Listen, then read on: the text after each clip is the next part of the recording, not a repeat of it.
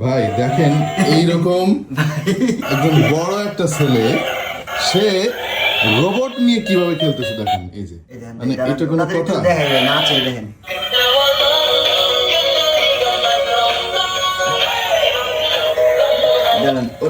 আপনার কাছে নিয়ে যাবে ঠিক আছে ওইটা এটা তো বুঝলাম ওইটা এই যে ঠান্ডা ভাই বসে আছে আদর করবে এই থামো দাঁড়াও এই যে ব্রেক এটা